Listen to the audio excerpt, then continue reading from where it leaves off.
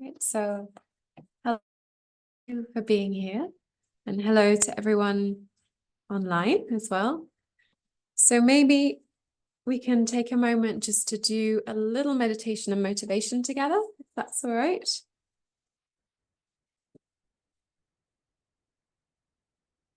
Just keep it quite brief. Okay.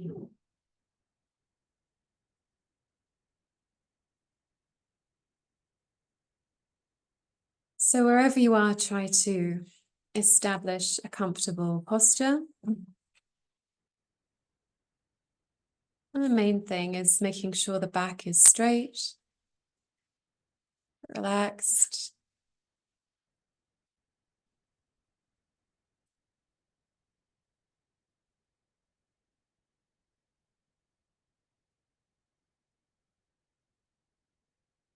And from whatever you've been doing until now, just take a moment to bring awareness to the body.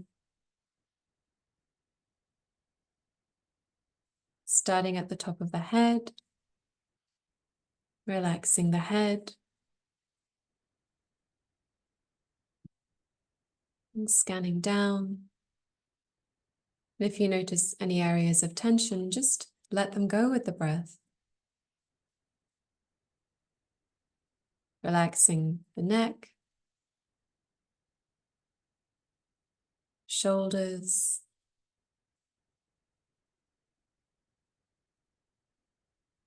relaxing the back, the arms, the tummy,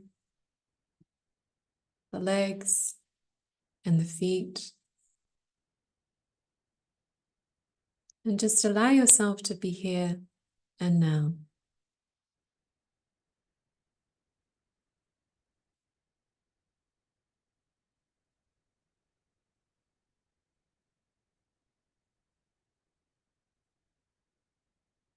Let go of any thoughts, any tensions, any worries.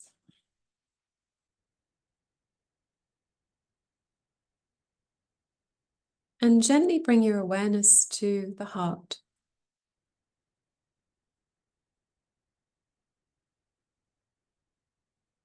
How are you doing?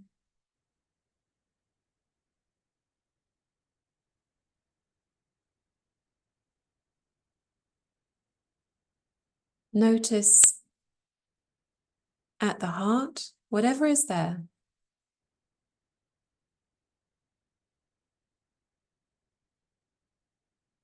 Any feelings, any sensations. What's going on?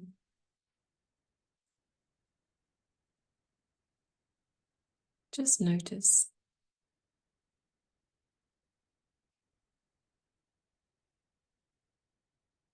And whether you feel happy or sad, whether there's anxiety, without judging, pushing it away.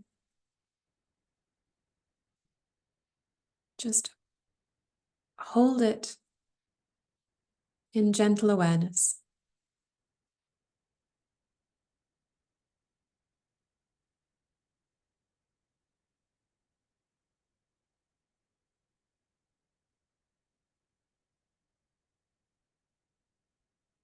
Hold yourself in loving awareness just as you are.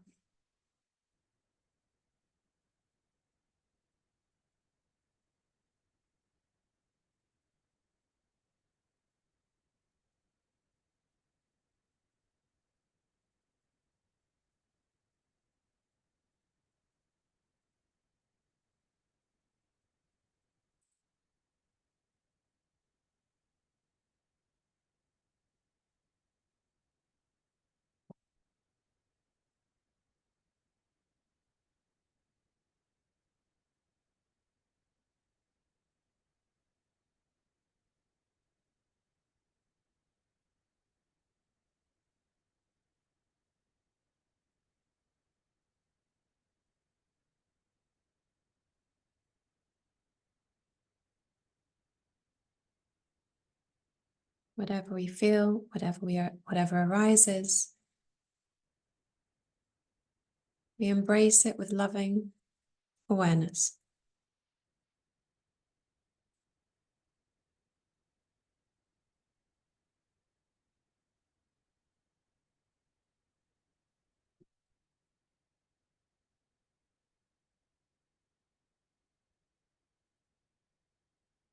And we begin in this way, accepting ourselves as we are, because when we can accept our own energy, it's a bit easier to hold in loving awareness the things that go on around us as well.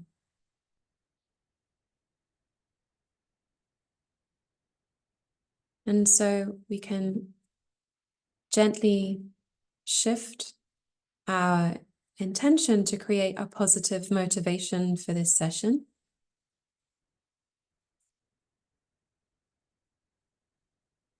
And so for that, I'm going to read some words of His Holiness the Dalai Lama, which we can use as inspiration. And he says, "We're visitors on this planet. We are here for 100 years at the most. During that time, we should try to do something good, something useful with our lives. If you contribute to other people's happiness, you will find the true meaning of life." And so we can think, I'm going to listen, reflect, in order to develop myself so that I can benefit others. Because I am what I have to give. And what I work on in myself, I offer to others.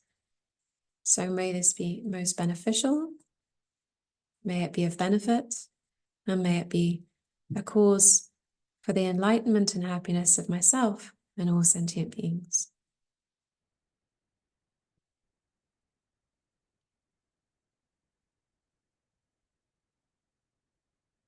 And so when you're ready, you can gently open your eyes.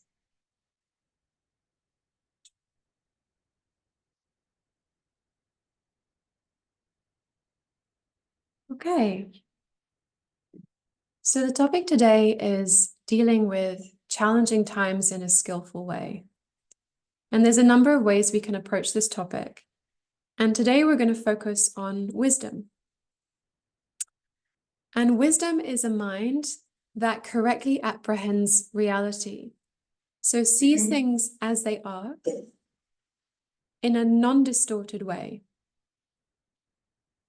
Now, you might have heard, you might know there's ultimate truth, wisdom, that's the emptiness of inherent existence. Some of you will have heard that, right? But there's also wisdom with conventional truth, seeing how things conventionally exist. And that can really help us in approaching difficulties.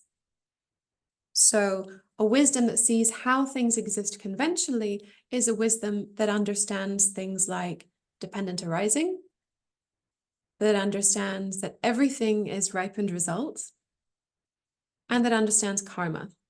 So this is also an aspect of wisdom, and those are three things we're going to look at. So I'll spend some time going through those, and then I'll ask if you have any questions on those, including for the online, and then we can see how we can proceed as to what's most useful and beneficial after that. Okay? All right. So you might say, well, why is this important? You know, why wisdom? Because usually when we think of facing difficult circumstances, we want to focus on method. So the reason why wisdom is important, and I'm going to draw a lot on Shantideva's Bodhisattva's Way of Life, especially chapter 6. See, the thing is, events can happen in our lives. And it could be something really big, it could be something really small. And can you hear me? Is it okay? Okay. So things can happen in our lives, like coming late in the traffic or the water tank leaking, has happened before I got here. And things can be small, things can be big, but the extent to which we suffer from them or not doesn't depend as much on the external event as it depends on the mind and the perspective with which we approach that event. Because we can approach things in very different ways. So, and this can also happen internally. Let's say a thought arises within us. It's not just the external events like the water tank or the traffic, or yesterday when they accused me of lying about my visa and the I arose very strongly. You know, it's not just these things, the external things. There's also the internal that can happen. thoughts can arise, and how we deal with the thoughts that arise determines how much we suffer or not. And some people have thoughts like, I'm no good, I can't do it, or he's no good, he shouldn't do it, or he should, right? And when these thoughts arise, the way we react to those really can determine our happiness or our suffering. You're at the front, I'm going to pick on you a little bit. So the way that we approach things really makes a difference to our happiness. And so if we're going to survive this thing called life, it helps to have a good attitude. Because Shantideva says, there's good news and bad news. The good news is good things sometimes happen. The causes for happiness occur occasionally. But then there's the bad news. He says the bad news is the causes for the bad things and the suffering are more prevalent and more common. So in a balance of probabilities between happiness and suffering, Shantideva says between the two, unless you're really fortunate, the balance of probability is not in your favor. So depending on the states of mind, depending on the perspective with which you approach these events when they arise, you're going to be more or less happy. So it really helps us to have states of mind, perspective, view, and mind states towards these events that equip us with the skills to respond in a more healthy way, in a more skillful way, in a way that's more supportive both to our happiness and which helps us respond. And, you might think, well, what difference does it make whether we have wisdom or not? Well, and Shantideva gives one example, but you can probably think of others, and I'll share one from Nepal. Shantideva gives the example of some people, when they see somebody sick or bleeding, they faint. And then there are other people that when they themselves are sick or injured are absolutely fine. They're perfectly able to cope with it. And it depends on the states of mind, on whether we're timid, on whether we're brave. And as I was, it's nice being back in India, it was reminding me of Nepal as well. And I was thinking today of the Nepal earthquake. And when that happened, there were some people who spontaneously rushed out of their houses to help and share their food and share their resources, even as their houses had collapsed. In Bhaktapur, I was told that I wasn't there, I was somewhere else, but in Bhaktapur, I was told they came out of their houses and shared. And then there were other people who just stayed at home feeling afraid and fearful. And it makes a very big difference as well. So some people naturally are more courageous and naturally are more afraid.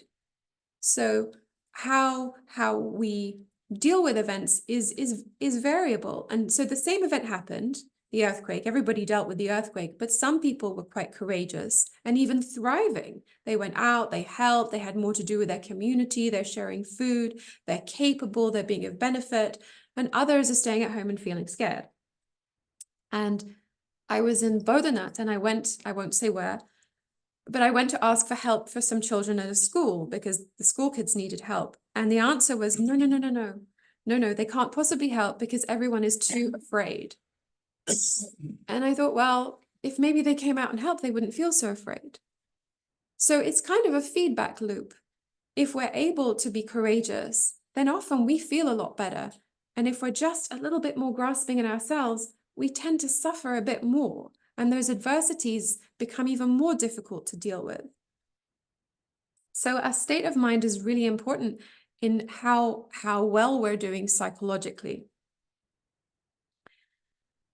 So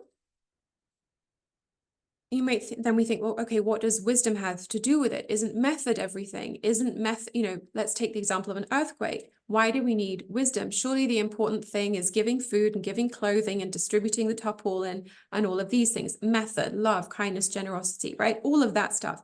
That is true.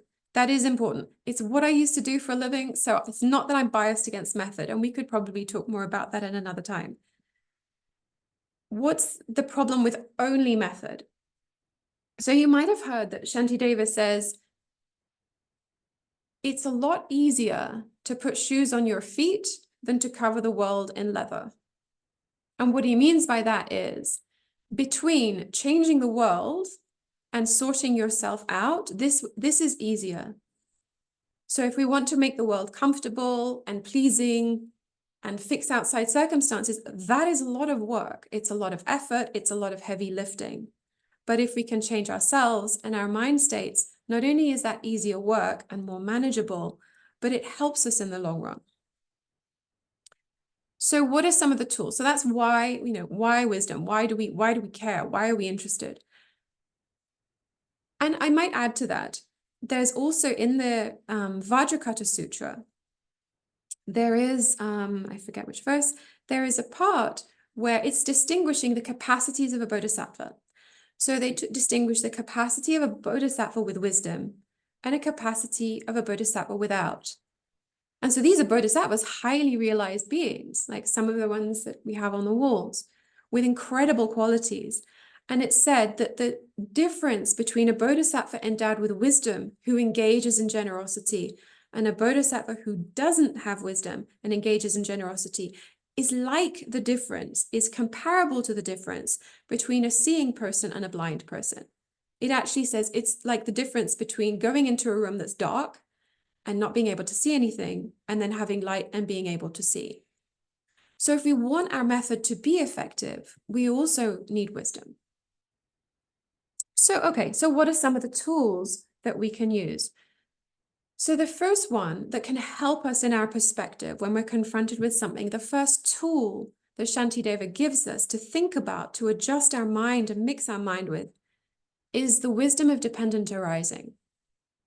You've heard of this, I'm guessing, I'm hoping. Yes? Mostly? No? No? No? Great. Okay, that's good to know. That's a good point. If I say something you don't understand, you can wave. We'll have time for questions, but if you're like, what is that word? What is she talking about? Stop me, because there might be certain words that I assume and it's wrong for me to assume. Okay, so dependent arising.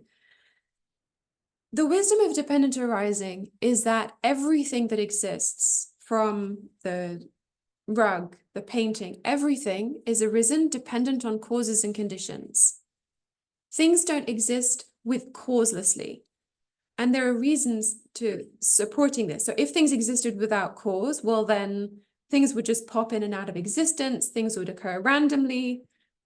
The farmer trying to grow rice and onions probably wouldn't have to do any work, because what would be the point? Things wouldn't depend on causes, so he wouldn't need to do all that work to get his crop. Right? So unfortunately, things do depend on causes and conditions. And so if we want a result, we have to put in the causes to create that result. Clear so far? Okay. So in the same way as growing a crop, in the same way as baking a cake, boiling an egg, if we want a result, or graduating an exam, if we want a given result, we have to put in the causes to achieve that result. If all the causes are present, and this is in the Abhisamayalankara, if all the causes are present, the result is a certainty. So, and it said that's how Buddhahood is achieved. If you put in the causes for Buddhahood, you will get Buddhahood, probably even if you pray not to. You probably wouldn't if you're trying to become a Buddha, but if you put in the causes, you will achieve Buddhahood. You can't not. In just the same way, and Dzongsa Khyentse Rinpoche has this example, but I'm going to borrow it. He says it's like boiling an egg. If you have an egg, the water, the saucepan, and you put it in the pan and put it on the gas and light the gas, that egg is going to cook. No matter how many prayers you recite, you have created all the conditions, and once those conditions are complete, you cannot not have the result, right? And if any of those causes are absent, if any of the necessary causes to produce a phenomenon, if any of them are missing, you will not get the result that depends on them. So everything in Buddhism, this is something that we use a lot, the wisdom of dependent arising. Everything that exists is a dependent arising. And it doesn't just depend on causes at large, it depends on the specific causes that give rise to that specific result. A little bit like chemistry. If you want, I don't know, I'm not a chemist. What would we want to make? Something. If you want to make, I don't know, I failed chemistry. Why did I start with chemistry? Yeah, apparently, I guess, I don't know much about it because I would have passed if I knew more. But in chemistry, if you want to get a good result, you have to mix the right things. I clearly didn't. I failed. But in chemistry, if you want to be a really good chemist, you've got to get the right mixture of chemicals, the right composition, not just even the right ones, the right composition, put them together, you get your result and you pass the exam. What can I say? I didn't create the conditions, and so I didn't pass the exam. I didn't study, as the truth be told. My mum made me do it. Why am I saying this? But it's true, you know. My mum made me study it. I didn't study. I didn't create the conditions. I didn't pass the exam. For me, England, UK. Yes. No, London. Yes. So that's the idea of dependent arising. Now, Shantideva, however, he picks a really specific example to talk about dependent arising. He picks the difficult person, which is handy because if we think about it, what we usually think is most of the problems in our life come from other people. So he picks that one as his dependent arising. And so we, very often we think, why is this person like that? Why are they like this? Why? And his answer is dependent arising. And specifically, he picks the angry person. And we often think, oh, they're deliberately being difficult just to, whatever, annoy me, obstruct me. And what he says is it's not so much maybe, but actually what happens is that person is under the power of their afflictions. That person might be an angry person because they've reacted in anger throughout their life. And he says people don't choose anger. It's not like going to the supermarket where you see all the spices, you think, okay, what do we want to make today? I don't know. Something nice. What do we make? Okay, we pick the spices. It's not like that where we choose anger. We don't choose anger. And he says anger doesn't choose to arise. And all the circumstances that might annoy that person, they don't have the intention to produce anger, but it arises dependently, largely probably due to an imprint that that person has on their mind stream from having been angry before. So that angry person, that difficult person, they are that way. Why? Dependent arising. Why are they selfish? Dependent arising. Why are they rude? Dependent arising. Why are they mean? Dependent arising. Why did they lie to you? Dependent arising. Why did they cheat on you? Dependent arising. And this helps us because when we understand it's dependent arising, what we're really saying is that person with all the causes and conditions that has contributed to making them that person, independence upon all of that, they cannot be other than they are. It doesn't mean they can't change. They can change. Okay, that's what spiritual practice is. That's what Dharma practice is. You put new causes, you get new results. That's why we do engage in spiritual practice. But right now, today, for the causes and conditions that that person has experienced, they have no choice but to be the way that they are. And that can loosen some of our frustration. Because if we're honest, we're actually quite good at dealing with hardship. I'm sure every single person in the room and online, I'm sure at some point you've dealt with hardship, you've had a difficult time, you've overcome something and grown from it. Yes or no? Yes. Everyone in the room is nodding. I don't know about online, but we've all had that, right? So we do have resilience and ability to bear hardship. But very often what stops us is there's a yes online, very good. So what stops us is we have ideas about the kind of inconvenience and suffering that we should experience, right? You're looking confused. Okay, I'll give you an example. It sounds like should, and this is actually a category of wrong view. It sounds like should. So we might have overcome a sickness or we might have climbed a mountain, but the minute someone speaks to us rudely, deep down, there's something in us that thinks they shouldn't speak to me like that. We have a whole lot of hidden beliefs. People should be polite to me. I should be comfortable. There should not be traffic. We've got loads of them. Expectations. In sense of entitlement. Yeah, exactly. Right? Which are at odds with reality. So if we are holding on to our expectations, what's your name? What's your name? Uday. Uday. So Uday said expectations. It's exactly right. If we are holding on to expectations of what reality should be, we're probably going to be disappointed. And the pain and the energy that we invest in that holding on and the resistance to what is being presented to us itself is a cause of unnecessary suffering. So if we think, that person should treat me with respect and they don't, why should they? Where is it written? Where is it written that everyone should treat us with respect? Is everybody in the world treated with respect? No. Why should we be treated with respect? My food should not be cold. The waiter should come, pick one. There are many of them. And although we have, of course, big difficulties in our lives, a lot of the suffering we have is due to the relatively small things of our lives. But we, instead of dependent arising and saying, okay, it's dependently arisen and I can handle this, we hold on to an idea of how things should be and cause ourselves a lot of unnecessary suffering. So the person is the way they are dependently arisen.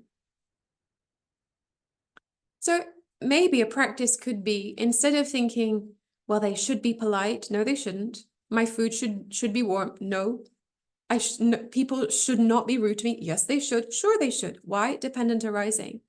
And if we could start to practice that, it sounds absurd.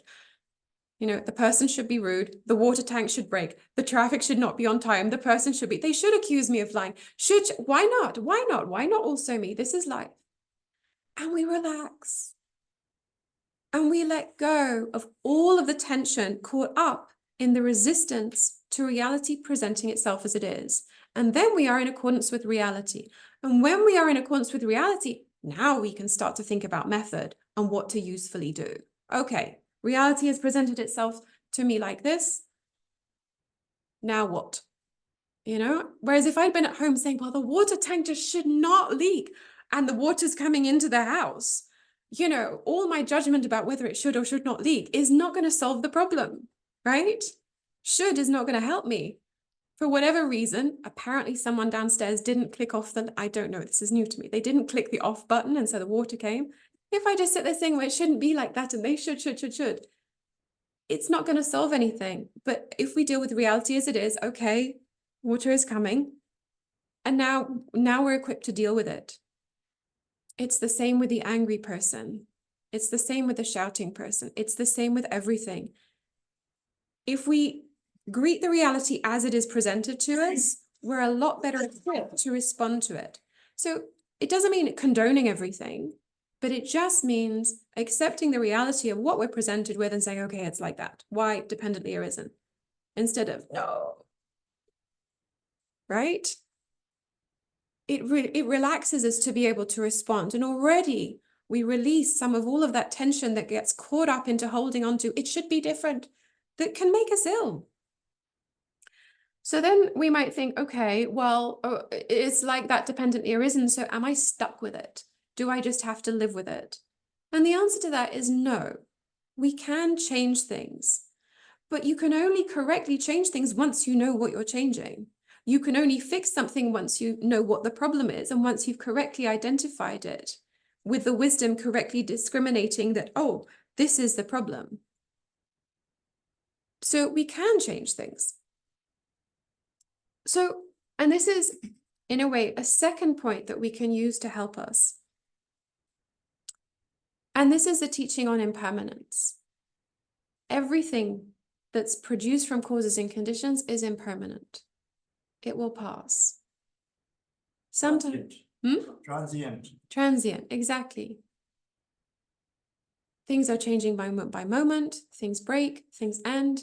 It will pass. And another thing that can help us as well is that from the Buddhist perspective, whatever arises in our experience is ripened result. Do you know what I mean when I say that? Is that familiar or not familiar? Not familiar. Okay.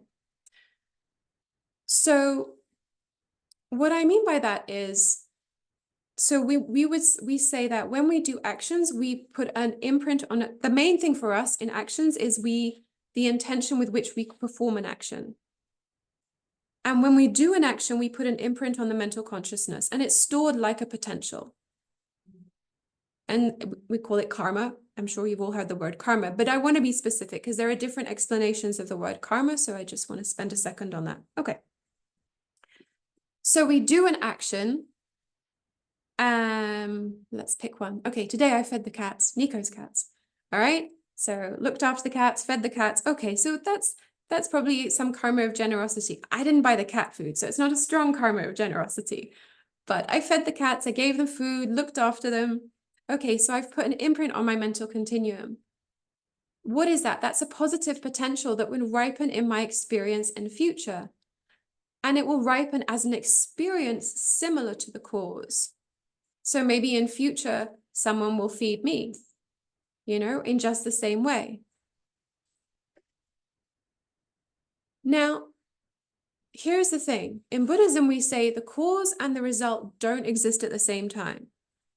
So you can think of this in terms of like a...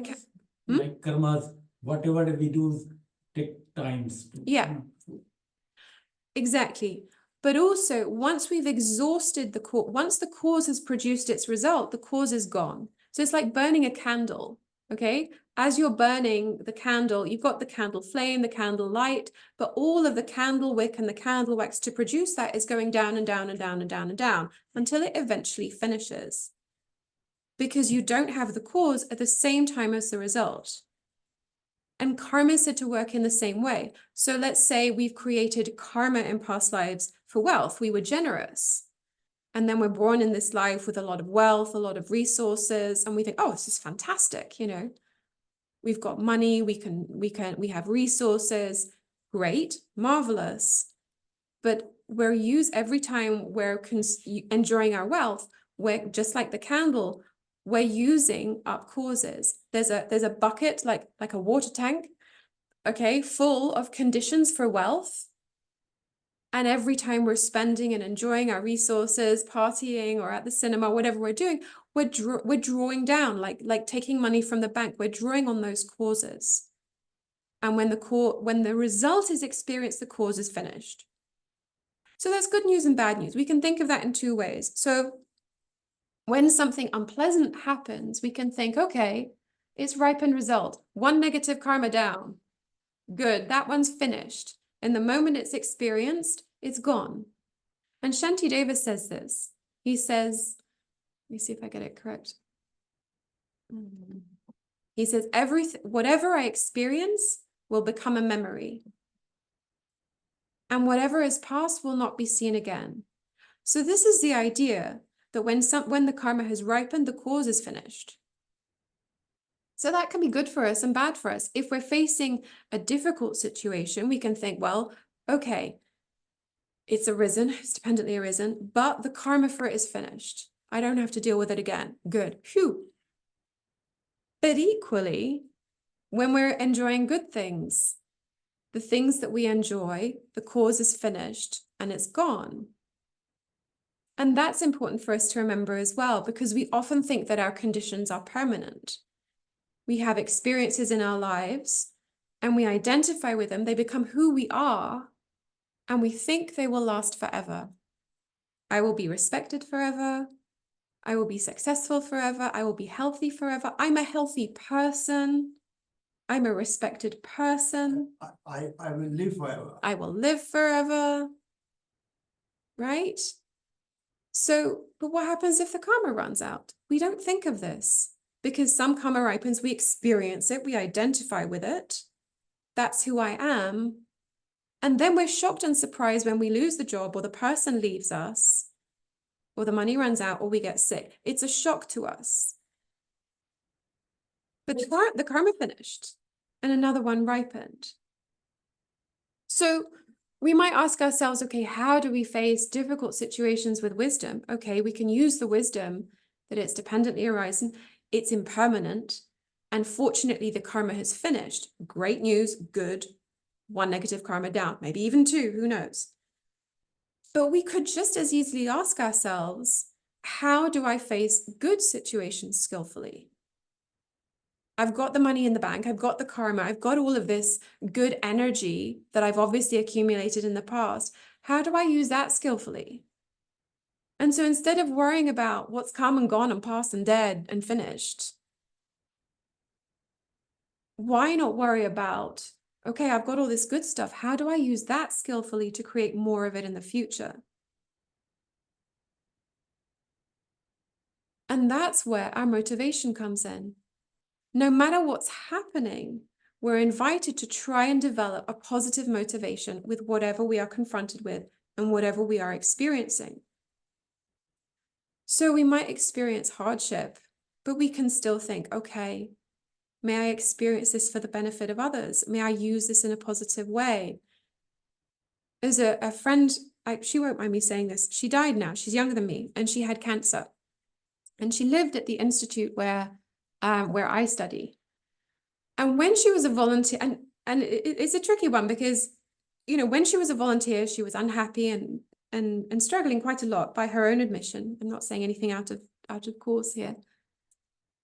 And then when she got a terminal cancer diagnosis, she was the most happy, loving, joyful person I've seen in a long time, and certainly that any of us had seen her, because it completely changed her priorities. Some things didn't matter anymore, and she was completely focused on love, and she completely transformed. And she said, because I had this cancer, I opened myself to others. I asked for help. I invited people in. And I used to think that people were just not to be trusted, not helpful. I would never open myself to them. And now I had no choice. And she said, through this illness,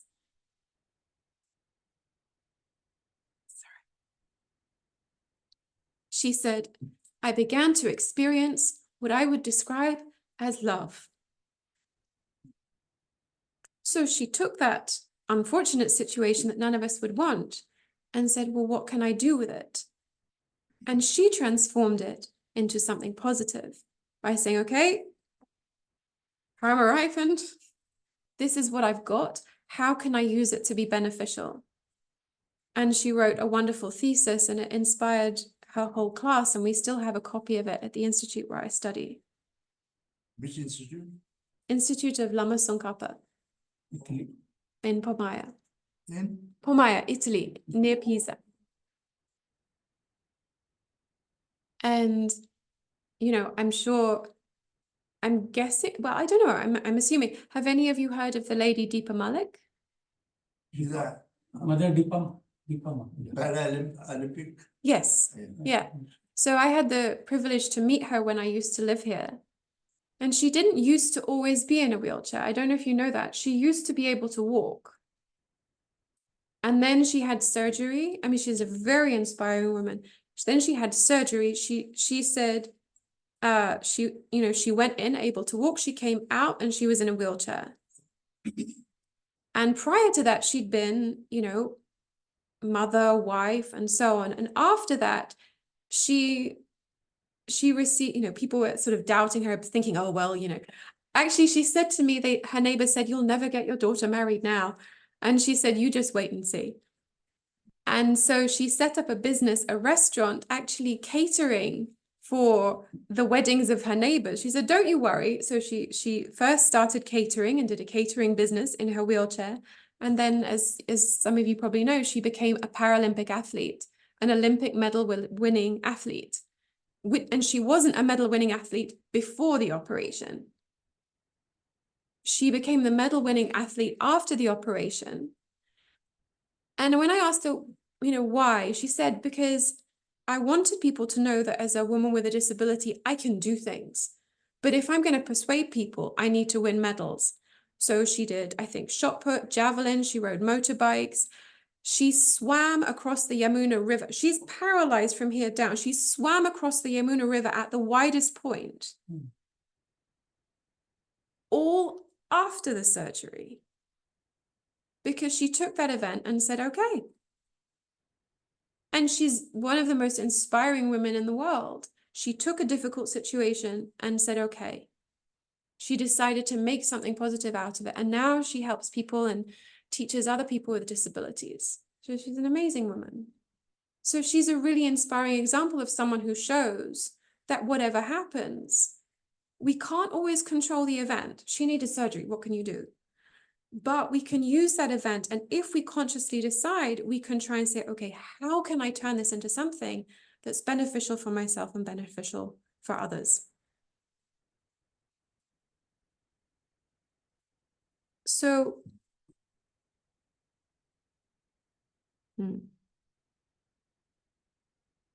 I'm just seeing what else I want to say.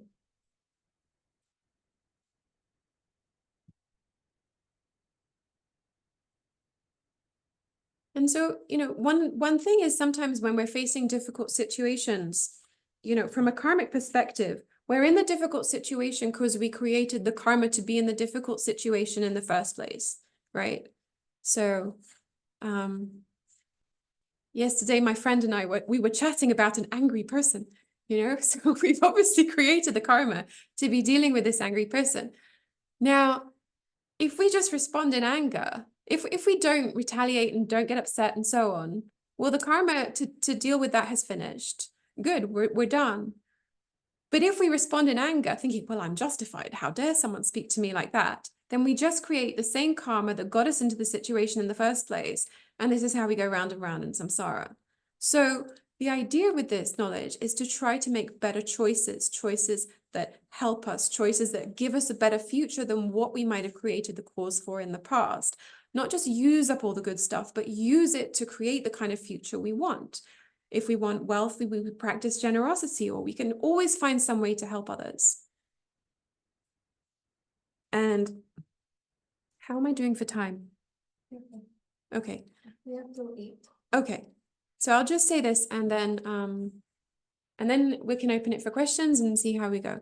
So on the way here, the taxi driver asked me, he's Muslim. And in fact, speaking of karma, no, let's deal with him first and the other one. So, and he said, well, what's the most important thing you can tell me? And I thought, well, I was a bit surprised by the question. I thought, you're Muslim, and he'd already told me quite a few things. I thought, what can I tell you? And I said, well, probably the most important thing is do everything you can with the best motivation possible. We don't need to be Olympic athletes, but we can do the events of our lives, the small things, with a better motivation. We have to eat. Okay, but we don't just eat because we're hungry. We can eat because we need to be healthy, because we want to help our families. We want to be of service, to be of benefit. We can use the same events of our lives, but with a bigger motivation. And actually, technically, whatever we do with the motivation to become enlightened, to become a Buddha for the benefit of others, becomes a cause for that. Whether we're eating, drinking, sleeping, going to the toilet, everything depends on motivation. You should develop a sense of purpose. Exactly. A sense of purpose, a sense of meaning, and have a sense of purpose that's bigger than ourselves, even if it's not all sentient beings, which is a bit big. But a bit like those people in Bhaktapur and in the earthquake, we're a lot happier when we think of others and broaden our perspective and motivation than when we think of ourselves. But we kind of get caught up in the habit, And he was so sweet. He said, I didn't really believe him, but he said, oh, yeah. Can I ask you a question? Yes, sure. Yeah. So sometimes motivation is temporary. How Yes. to make it last that so that it lasts longer, because we do read motivational books and quotes and phrases, but most of the times it's temporary, and when the situation changes, we again.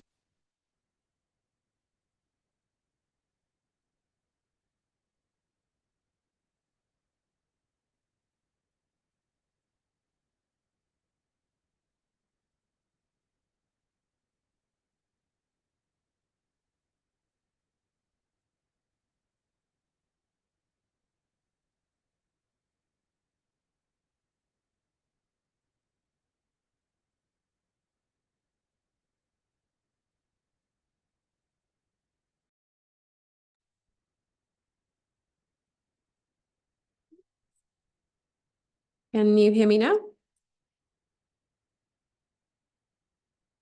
Yes. Okay. Yeah. So the question was how to make I've lost the screen. Sorry. Everything is impermanent.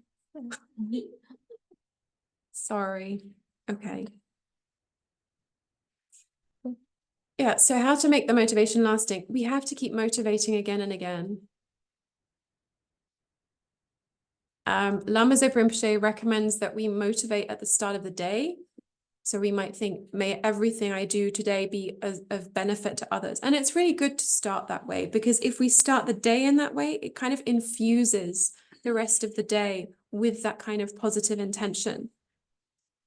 Then we need to kind of keep coming back to it and see, how am I doing, and motivate again. It just becomes a practice again, again, again. And then it's like trying to ride a bike, you know, then you fall off, you think, okay, try again, again, again. And then you go into work and then someone upsets you and you notice, you say, okay, again.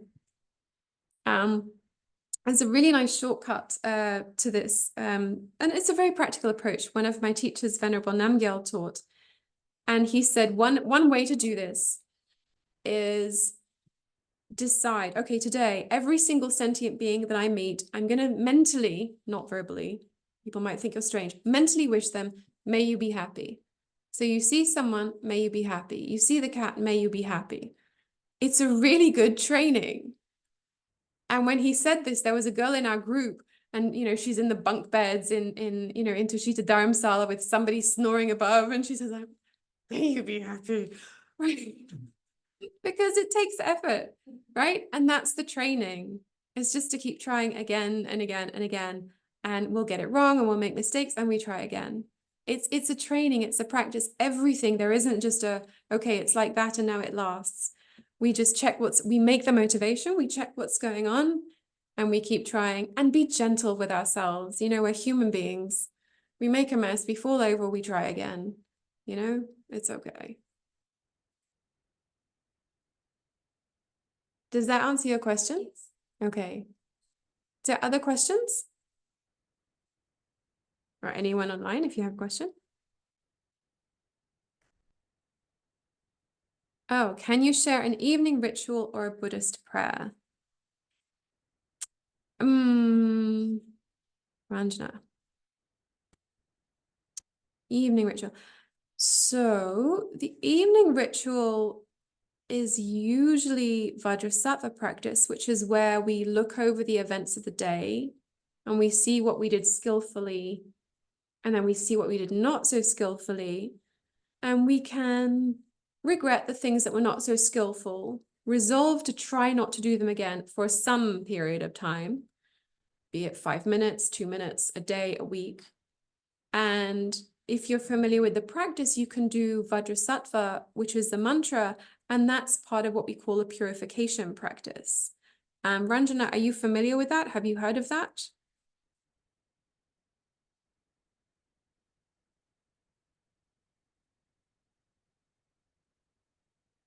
Yes. Okay. So heard of it.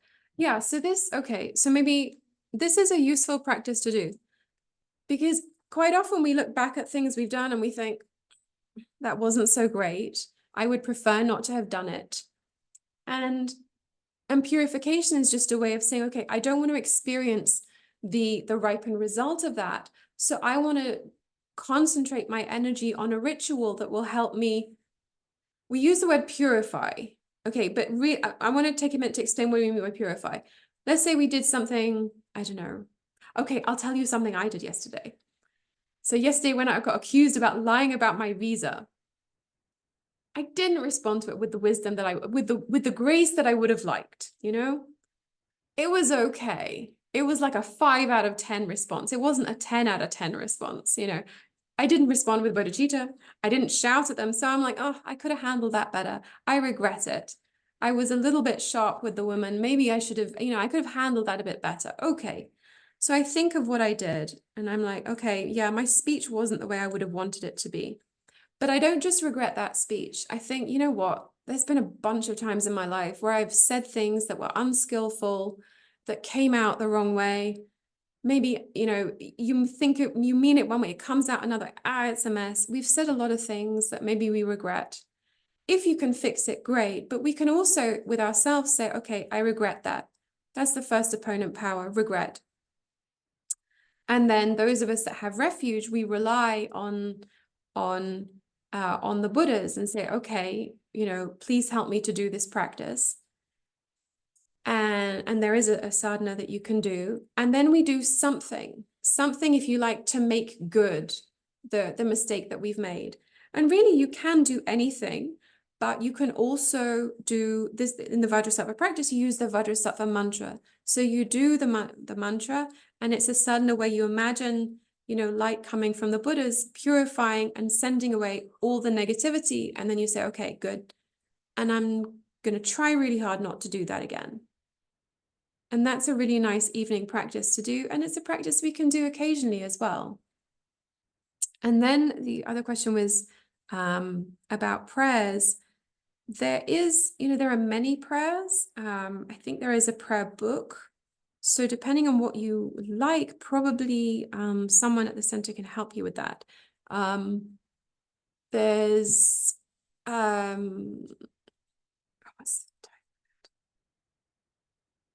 there's something by Lama Zopa Rinpoche for, you know, a method for transforming your life into happiness. Yeah, chanting every day Om Mani Padme Hum is wonderful. There's also there's a lovely motivation about making, you know, transforming your life into happiness that created by Lama Zopa Rinpoche. I'm sure you can ask the center for that.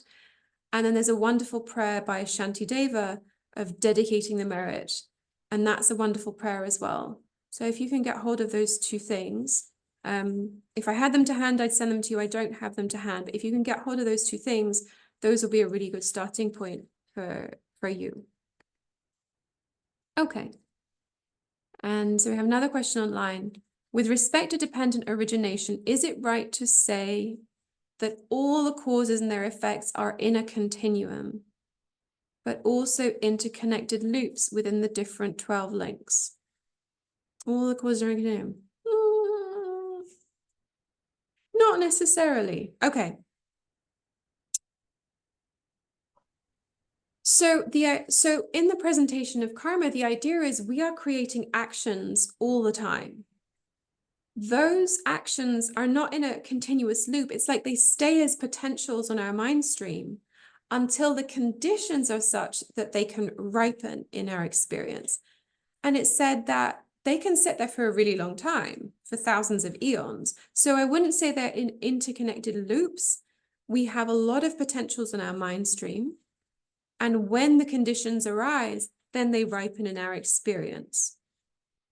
Now, what you're referring to in the 12 links is what the 12 links of dependent arising is from one action. So let's say from ignorance, we create an action, and then that action goes onto our consciousness.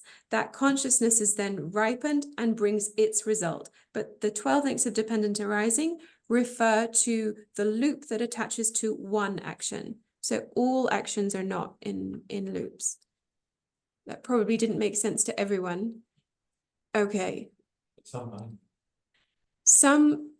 are. So when the conditions are present, they can activate the potentials that are on our continuum, and then they bring their results in a chain. If you have a bad reaction to a negative karma, Mm-hmm. are you not going to stay in that cycle, in that loop? It means if you don't put the effort to have a positive reaction, so to perceive in a positive way karma, you are going to repeat. Right. It's all a big chance you are going to. Right. Yeah. So that's sort of a cycle of continued behavior. So an event ripens, we react a certain way, and then we create the causes of the same event again. Yeah, that's samsara. Exactly. Yeah. That's our life. So, Venerable, if I can I've just unmuted myself. I had Mhm. asked the question on dependent origination. Okay. So my doubt is that, so at any moment when we're talking about wisdom, Mm. and so we're saying, the first link is the self-grasping ignorance. So we're saying at some level, we can break the chain, right, with the wisdom. Yes. And that's what helps then to see the conventional reality and reduce our suffering. But my question of the continuum was that, I was reading this book on dependent origination by Venerable Paitu. Mm-hmm. So he says there is no first cause. I mean, Buddhism believes that there is no genesis which starts the whole thing. Everything is in a cycle. So you can never say that, self-grasping ignorance was the genesis, and that's where the whole 12 links go on till death and lamentation. So that's where my confusion was, that if you're saying that causes and conditions, suppose like I have a individual mind stream, Mm. and there are different potentialities which are lying dormant in the mental continuum of my body and mind Mm. through lifetimes. Okay, and I would have no idea when they would ripen as good karma or bad karma, good experiences or bad experiences. Then there is no way anyway where I can link it, right? To I don't know whether I'm clear. I'm slightly confused. But that is where I got confused, that if I'm talking about the continuum, I'm talking about a continuum within my mind stream, right?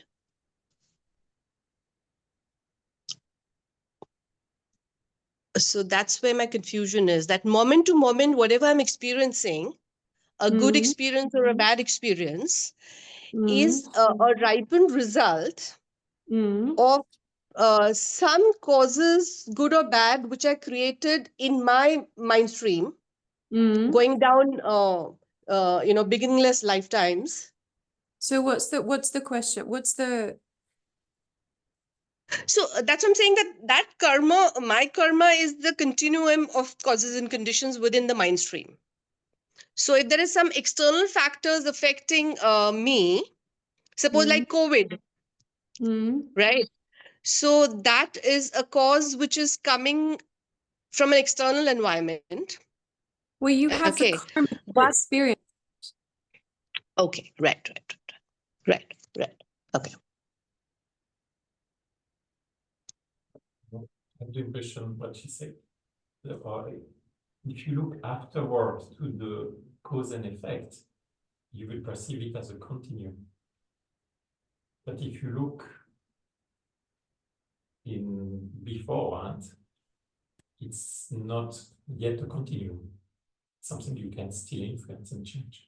But if you look afterwards, the cause and effect will have a logic follow-up, and that it will feel like a continuum. We'll be able to say this created that created that, Yeah. created that created that created that. But still, the point is, the only influence you have is on the present, at the moment you take a decision. You can decide how you want to influence this continuum. I don't know. I try to understand a little bit the question, but also I have the thinking that it's what's the perspective of the thinking. Is she looking at after or before or during? Yeah, I'm not sure. So is there another part of the question? Can we pick apart the question a bit? Okay, I don't know if I'm like wasting everyone's time. It's okay, Venerable. It's like maybe I can take it offline. Slightly confused. I mean, I don't know how to say that could be helpful, but so let's say, for example, we might have created 1,000 karmas today, let's say. Right. Not all of them ripen immediately. Right. Not all of them ripen tomorrow. So what makes them ripen is the conditions. And when the conditions are present, let's say, for example, we've practiced generosity. And that's sitting as a potential on our mental continuum. But that doesn't ripen immediately. The conditions aren't present. And so we might experience poverty for a while, but we have the potential for wealth and so on. But the conditions haven't been such for us to make use of the karma. When the conditions are present, perhaps when we get the right job interview, when we meet the right conditions, then some of that karma will ripen. And then in dependence upon that karma, we choose what to do. We may practice generosity, we may not. But we still have, so the karma that ripens is very dependent on the conditions that are available to us. And that can change at any time. If you look at some of the countries now, I've got friends in the Middle East, they were living a very nice life. Everything was fine. Everything was beautiful, going to the beach, having a lovely time. And now I get phone calls saying, I don't have a precious human rebirth anymore. Because they don't. their conditions are not what they were. Karma ripened, everything changed. And now, not just did some karma maybe finish, but different karma ripened that's activating different seeds, that's bringing about a completely different experience. And I've met refugees from Ukraine, the exact same thing. I met a family that one was an engineer, someone was something else, everything chugging along nicely until the conditions change. Those conditions activate a different karma that brings its results. And now they have to confront a different reality. So we have vast amounts of karma in our continuum. It's just dependent on the conditions, what ripens. And that karma can last, can lay on our mental continuum in latent capacity for thousands of eons. Or when it does ripen, it might ripen a continuity of a lot of karma of similar type. You know, the lady from Ukraine was actually very fortunate. They were escaping and she saw a tank coming towards her and she just closed her eyes, hit the pedal, drove straight towards it and didn't die and ended up in Italy and now is in Germany and everything's good. So, you know, fortunately not too much of the negative karma ripened and quite a bit of positive karma ripened, because when she came to Italy, she had lots of kind people who created the conditions for good karma to ripen again so that she could get back on her feet and live a good life. So when karma ripens, it does indeed set off chain reactions of other things.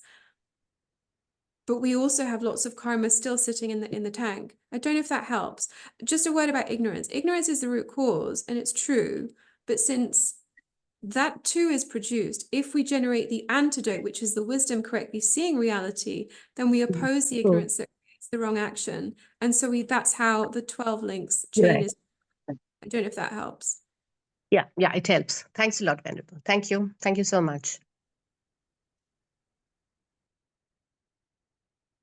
Can I ask you a question? Yes. Yeah, you see, when we started, I think you said, relax your head, relax your face, relax your neck. I think I've done 2 Vipassana courses, one in 2006, one in 2007. I'm literally out of touch with Vipassana, not breathing. So I think Vipassana, it's an interrelated question with the dependent arising. Okay.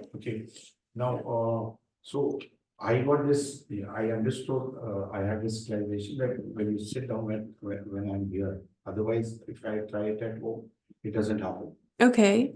So possibly you're a teacher there and possibly your guidance was happening. So just close my eyes, relax my head, relax the whole body slowly. And then you started talking about dependent arising. Then I noticed there are thoughts coming from these portions. We had a portion relaxing the feet. So is that dependent arising, number one? And simultaneously, Vipassana is, it is taught that you relax your body and first you be aware of your body. And then your head, your ears, your whole body slowly, gradually. And if I was doing it here, under in your guidance, then it was happening, and then I was able to watch my breath also.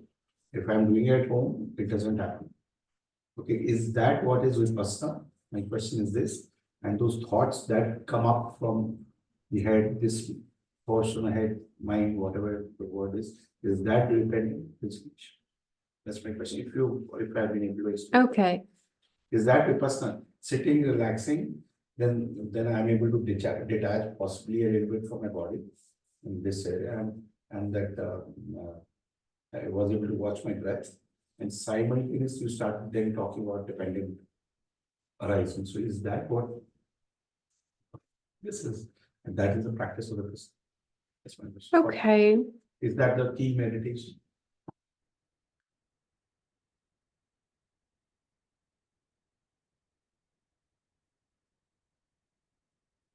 So, okay, so a word about Vipassana. I probably haven't done the same courses as you, so I'm just going to answer the way I answer, and then you see how helpful it is.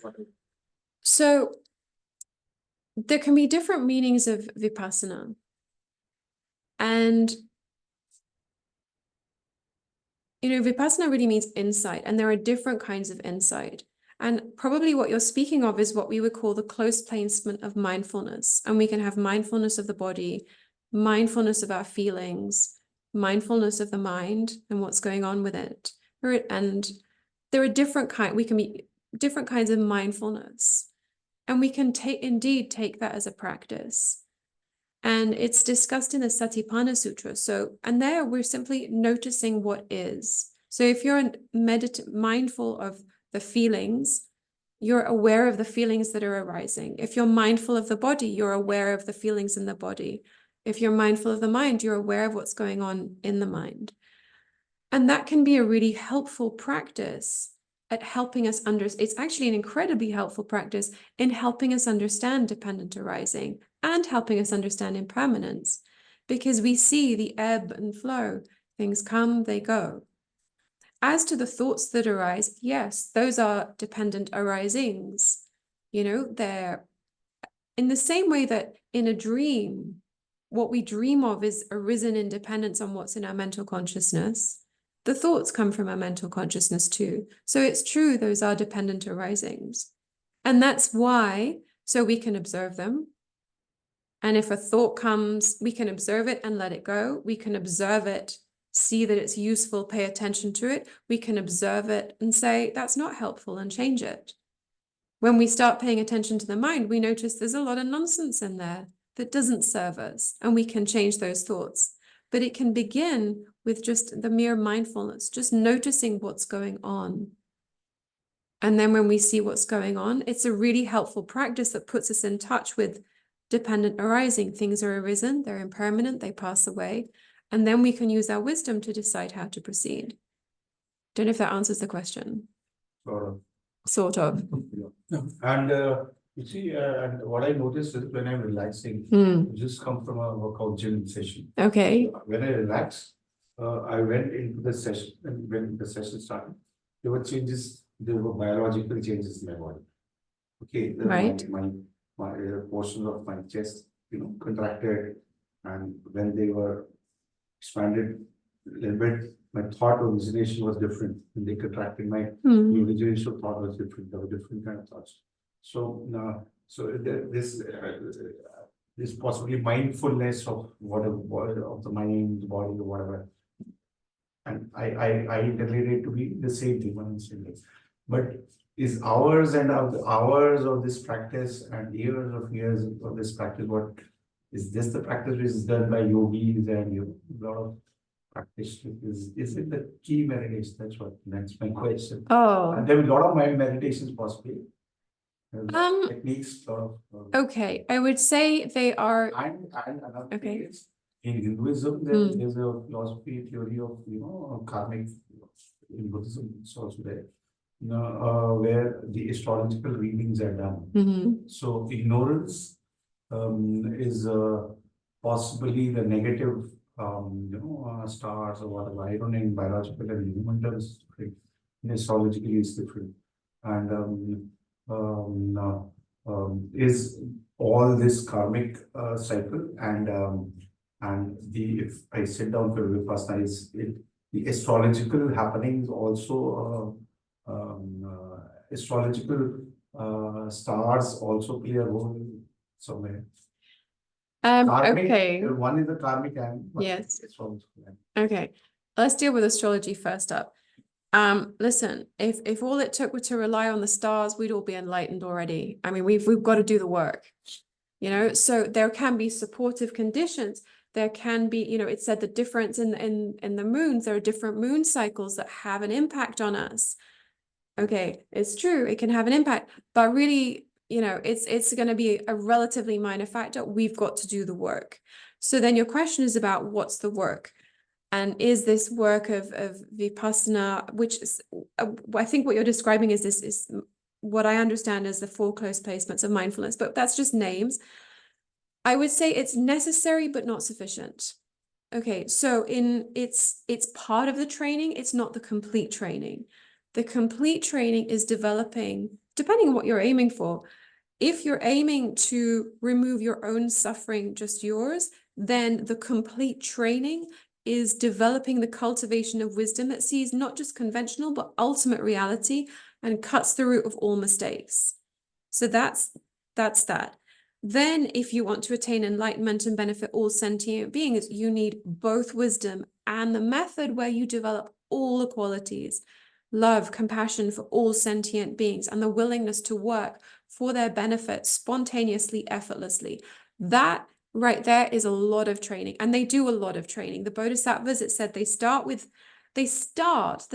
of their path is the wish to become enlightened, to spontaneously benefit all sentient beings, and then they train and they can accomplish, incredible powers. At the end of their continuum, it said they can meditate on 173 different things in that space, in sequence correctly in that amount of time, because they've trained their mind so much, and they're able to emanate bodies, they're able to do incredible things, so that the scale of the result is enormous, and then the scale of training to get there is huge too. That's if you're aiming for enlightenment for all sentient beings. But still, even if you're aiming for liberation from suffering, you need to cultivate the wisdom seeing ultimate reality that completely undermines all our mistakes. And that takes work, so there's stages to that, and what you're describing would be a part, but then there's more to do, I'm afraid. Yeah, it's work. And is there any across your life, if your journey of in Buddhism, since you took to this path, is there anybody in any monastery you met who's attained to enlightenment? And there are millions of monasteries, possibly thousands, lakhs. Is there any person you met who's been enlightened? I mean, the problem is it said only a Buddha can correctly identify a Buddha. So If we can somebody is attained to guess. if somebody has attained to enlightenment, he would possibly tell everybody that. It said that they don't. And here's the thing, I'm going to express a personal opinion. I think there's more Buddhas kicking around than we think. I think because the purpose of a Buddha is to help everybody else to attain enlightenment. So if once you get enlightened, you're not helping people, what was the point? So I think there's a lot more of them than we realize. That's my personal opinion. So is there anybody in the monasteries? I'm sure there's a lot, much more than we realize, and not just in the monasteries. Possibly they don't tell.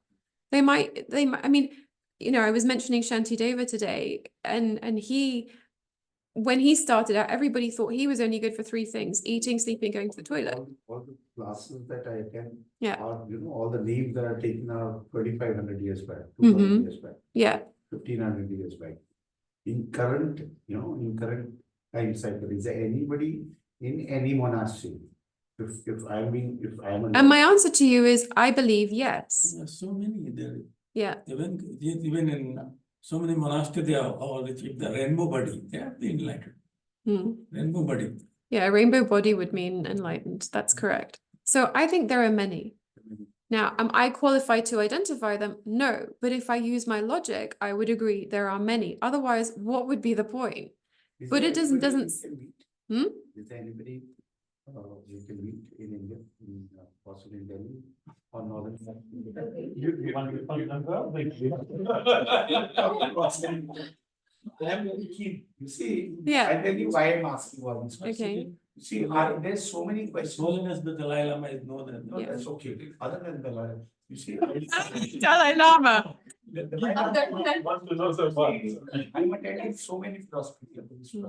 For years I went to be willing also. But my question is there any, you are a teacher here, I'm learning from you. So I don't want this. So there's. Can people are people online hearing the questions or no? You should from. Okay. Okay. Okay, so. I mean, my answer to you, whether you want to hear it or not, is I believe yes. And, my personal opinion is, one that I know flew. Nobody's going to tell you. That's the thing. They're not going to tell you. Is there anybody in Delhi or not? Well, I landed yesterday. All right. No, seriously. For example, in the South, in the monasteries, in Sarah. I mean, as you were saying. Tara Devi also is the Yeah. Bodhisattva. All the names that we hear are 2,000 years back. 1,000 years back. Anybody in current whom we can go to, who's enlightened. His Holiness the Dalai Lama won't give me even 1 second, 10 seconds, 2 No, minutes. he will give you the time. You just register on the site and you go and he will give you. It's Ask you a question. What do you think a Buddha looks like? Yeah. How would you recognize? What do you think a Buddha looks like? What are you expecting when you go see them? You can only see photos. Okay. So all the statues, you can only see these are Right. possibly through all the imaginations. I don't know. Okay. But now we are in the, I'm as at par with you, possibly not see Buddha, but you are also on the path. You are possibly much ahead of me. No, I'm that's right. learning. I'm learning from you. Okay. But this question comes to my head. I understand. Yeah. So, okay. So I think one that's, let's say, besides His Holiness, who is trying to think of who is sort of recognized and identified, and I think is reasonably uncontroversial. But there. they are bodhisattva, basically, not as a Buddha. Second one. Well, no, that you see, the problem is that they don't go around telling people. Changing no, Lama, Kunu Lama, Kunu Lama, rebirth as a Lama Zopa Rinpoche, I would say was, but he's no longer with us. Then, so Lama Zopa Rinpoche, I'd say was. Another one is Kandrola, I would say. Geshe Dorje Damdol, right? That's it. It's Geshe-la, right? Yeah. Yes. Go say Geshe Dorje Damdol. Yeah. Yeah. That's a perfect one. He never told it. Huh? Because he is one. No, He never. So this is okay. So this is nothing. This is an important point. The question isn't just who is a Buddha, how many are there? It's said that we are surrounded by enlightened beings, but we don't have the karma to see them. So the question is not who's a Buddha. The question is, how do I create the karma to meet a teacher like that? So that might need to be the focus. So you make strong prayers to meet them. You try to accumulate merit. There are people here that can advise you how to create the causes. Accumulate merit, create the causes to meet a teacher like that. And then you can't not meet them. It's like boiling the egg. Once you put all the causes and conditions together, it can't not arise. So make strong prayers. You can make prayers here. Try to create as much merit as possible with the wish to meet and recognize a perfect spiritual guide. Because otherwise, and that's probably the best advice I can give you, because otherwise someone could walk in here, and actually I've seen it happen to a friend of mine. One walks in, they don't even see them pass. So try to create, and it's not just how to meet them and see them. What I understand is you want a relationship with a perfectly qualified teacher. It's not just to meet, say hi, offer kata, and right. You want to be able to ask questions. Yes, it's for that. So try and focus on how do I create the karma? How can I create the conditions? How can I create the merit? Create the merit and make specific prayers to meet a perfectly qualified teacher. And when you make those prayers, then those prayers activate, right? That's a condition for activating the karma to meet the teacher. And not just meet them, but recognize them, have a relationship with them. And you want a perfectly qualified teacher. Can I ask you a question? He was read the book of Running Towards Mystery. He asked a lot of questions. No, I just want to ask, why do you want to meet? I don't know but if I mean No. possibly you see my journey of self-seeking would improve, would be better, and a lot of my question is resolved. I asked Geshe-la one question, that is there anybody who can tell me about my past lives? Right now you said once you're on this path, then a lot of powers you get, so a lot of siddhis you get. But that's not the purpose of the path. The purpose of the path is not siddhis. Siddhis are what you get as a byproduct. Yeah. So maybe then instead of asking Geshe-la a question, instead leave that for 1 second. Take Geshe-la as an example. Go and ask him, is there anything I can do for you? Well, he's always doing You tried. Go and ask, is there something I can do? Sweep the floor. I've tried. Yes. You've tried sweeping the floor, serving the tea, helping, fulfilling his wishes. small duties are undertaken in Tibetans. Okay, give me a list of the small duties. How many specifics? Dropping people. Yeah. You're gonna have to work harder than that if you want someone to guide you to enlightenment. I went there, sat down, there was a book I was very keen to write. So I discussed with Geshe-la 2-3 times. But I'm sorry, he said we are already so occupied, so let's just stop and nobody is willing to come forward. so it sounds like they need help. I have limited mental capacity also. Sorry? I have limited mental capacity also. I don't So think you have limited in my mental capacity, I offer. You see, I'm very keen to write a book on mental health. Okay, I was very serious case at one time. okay. I've improved a lot. So I want Good. to write that down on paper and if that could be distributed across the globe, then people can benefit, caregivers can benefit, families can benefit, doctors, it can be my insights. Geshe-la says, you have so much, you were showing that there's so many books we want them to be, translated, nobody comes forward.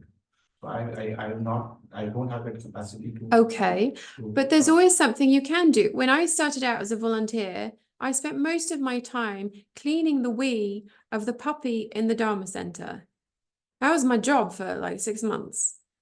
Cleaning puppy When I wee. go from classes to Tibetans, on the way back, I ask if anybody needs to drop, I drop. Great. Where are they? Wonderful. So now what you can do is see, is there something else I can do? And now that you're creating those causes, make prayers that may some of this help me to develop a relationship with a perfect spiritual teacher.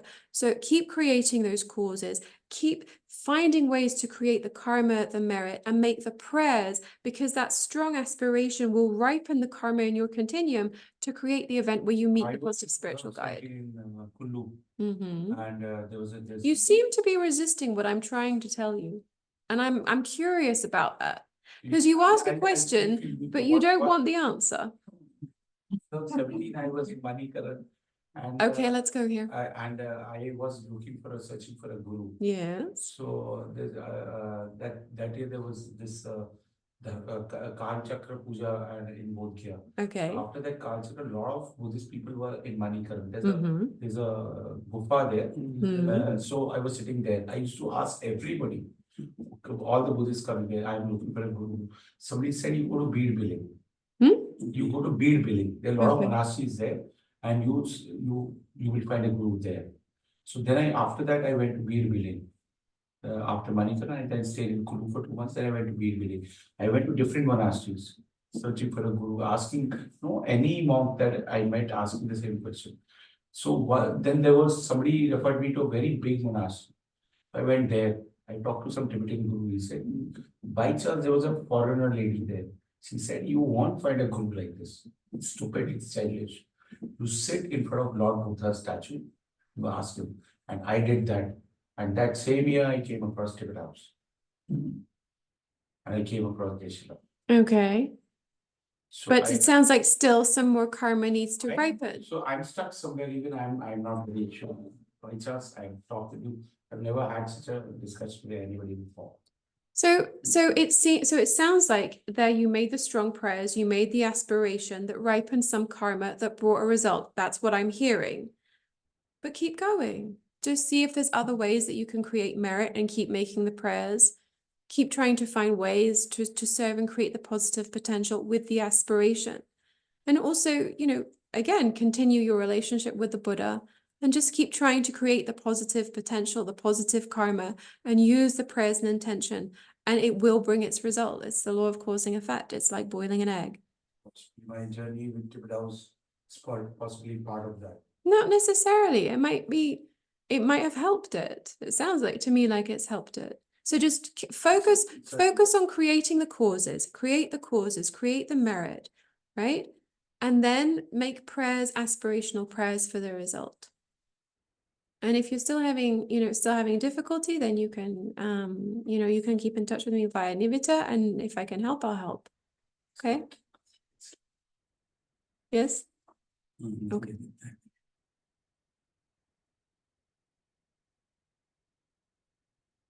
Okay. I have no idea what time it is. Oh, here it is. It's just past 8. Are we at time? Yeah, but we can go through. Okay. Any other questions? Yes. So you talked about cause and the result. So if the cause is karma, the result is the fruit of that karma. Yeah. Isn't that viewpoint a little selfish? Ki I'm just accumulating points to get something better. But from what I understood and the answer that comes from within me, ki for that karma to ripen, it has to become into your consciousness, or you have to feel it internally because everything comes from internal. So is my understanding correct? Okay, so if I'm understanding the question, you're saying it sounds a little bit sort of transactional, whereas instead we should try and do positive things just from a naturally good heart, right? Is that what I'm Yeah, if we are doing good karma just to get good results, right? that is kind of creating a selfish heart. Okay, And I want to be at the place internally where I am so full of love, or in the state of that, ki I want to share it with the people. okay. So there are 3 different levels of motivation that are presented by the Buddha. The Buddha had a lot of students, and he had to cater for everyone, wherever they were. So some people, they were right there. They were desperate. He had a man who couldn't practice generosity at all, and his teaching was take a vegetable and pass it from one hand to the other. That's where he was. There was another lady came to him. She wasn't human. She's said to be, I forget exactly what she was. She kept eating her own kids. Like those were some of the people that she's in, that's also mentioned in Abhisamayalankara. He didn't turn people away. So that's some of what he was dealing with. And they were at the level of just help me. Okay. And for them, he's like, okay, let's just try and help you get a better rebirth. So the first scope of motivation is trying to do enough to get a better rebirth. And that's not a waste of time. So that a lot of people, that's what they're trying to do. That's good. You need a good rebirth to continue your progress. Then there's a next level of motivation. Okay, you've got your good rebirth. Fantastic. How are you going to use it? And some people say, listen, I have enough work to do on myself. I just want to remove my own suffering. That's good. Suffering is not something we want. It's okay to want to be free of your own suffering. That's okay. That's a noble wish. But then there's a third level, which is I don't just want to have a good rebirth or to benefit myself. I want to benefit others. And that's the third level. That's the third scope, the great scope. And to get to, and you probably have some measure of that already, because that's what's motivating you. So then for you, your practice might be more, okay, I want to cultivate these positive qualities of love, compassion, so on.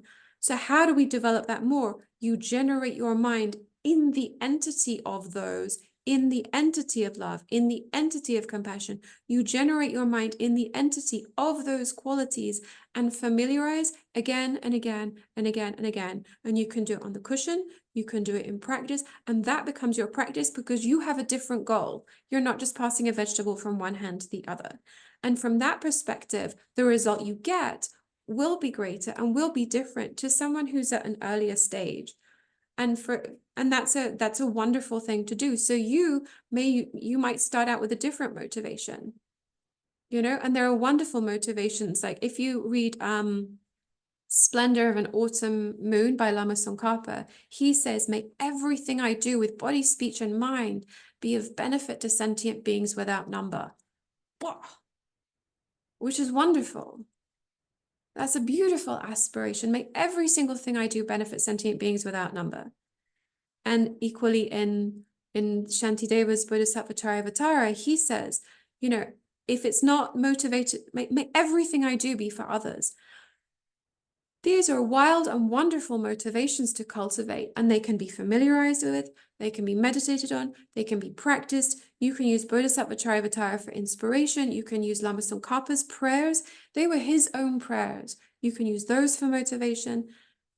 So that might be a better practice for you. We just, somebody else has a different practice.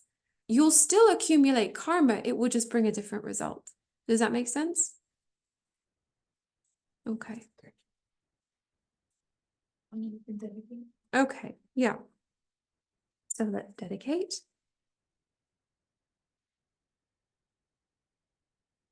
So we can think that whatever positive energy we've created by coming together, thinking, reflecting, trying to become wiser and kinder people, collectively together we've created a lot of positive energy.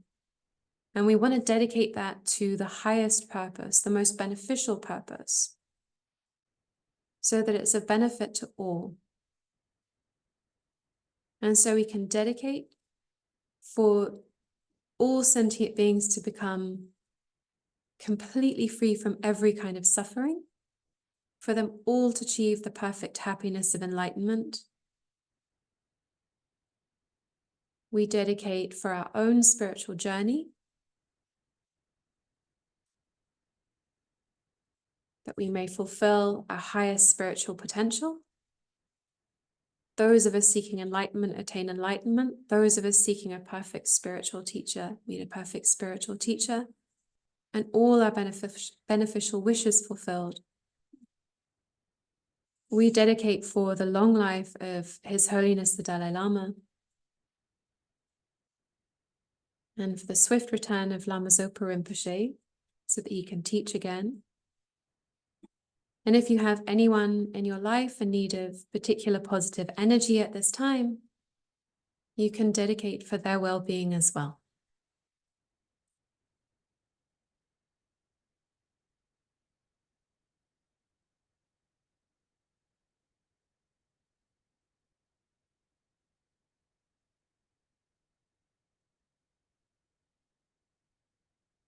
So thank you very much. Thank you for the questions. Very so kind. much, Venerable. Just a small offering on behalf of Very Tushita. kind. Yeah, thank you so much. It was really a blessing to have you here, and your very concise, clear, sharp wisdom and guidance. And please do come teach again and benefit us here in Delhi whenever you pass by next. Well, I'm passing through next year, so Okay. we could do another session focused more on method next time, if That you would like. be Do that. wonderful. That would be wonderful. Great. Great. So thank you very much. Thank you to everyone online. Thank Yeah, you for your thank you. questions.